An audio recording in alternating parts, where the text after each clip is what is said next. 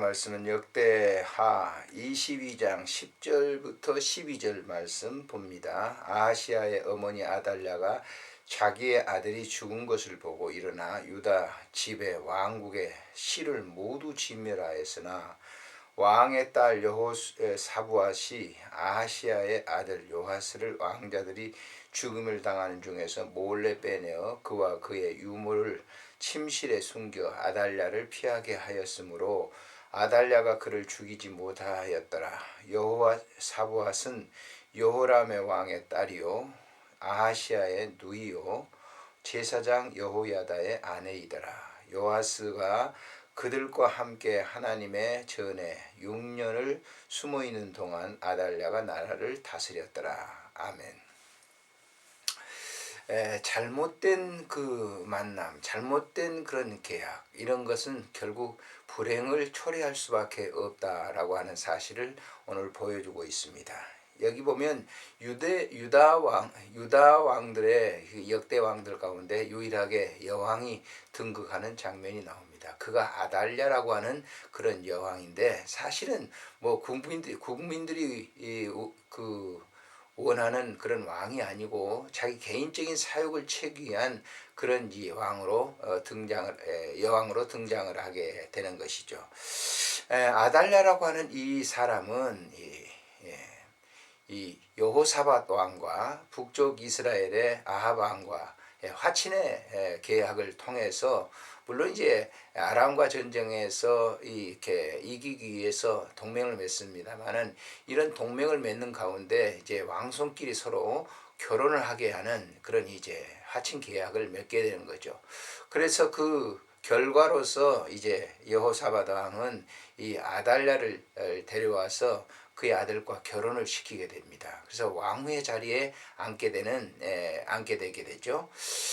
이제 그 이후에 이 왕이 이제 여호사밧에서 아하시아로 이제 왕이 바뀌어지게 되는데요. 이 아하시아 왕은 왕이 오른 지 얼마 되지 않아서 죽게 됩니다. 그래서 이제 다음에 왕권을 계대를 이어갈 수 있는 이 왕자들이 있는데, 이 아달랴가 그것을 이제 가로채게 되는 거죠. 오늘 본문에 보니까 아하시아의 어머니 아달랴가 자기의 아들이 죽은 것을 보고, 글쎄, 아하시아가 죽은 것을 보고 유다 집의 왕국의 씨를 모두 진멸하였으나, 글쎄, 왕손을 이어갈 수 있는 모든 왕자들을 다 죽인 것이죠.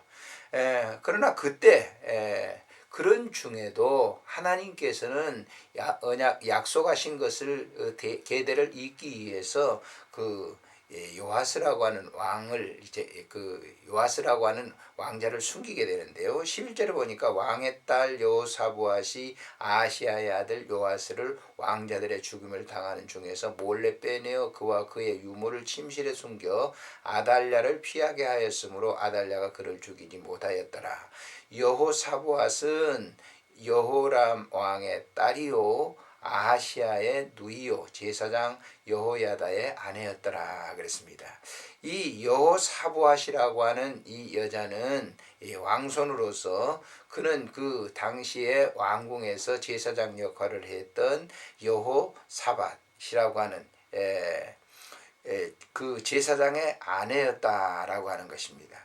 그 여호야다는 제사장으로서 당시에 왕손 교육을 이렇게 시키고 있었는데, 그의 아내로서 왕손이었던 여호사부앗이 요아스를 어린 나이 때, 그러니까 유모 때니까요, 그 어린 나이 때 빼내어서 숨겨놔가지고 나중에 이제 후일에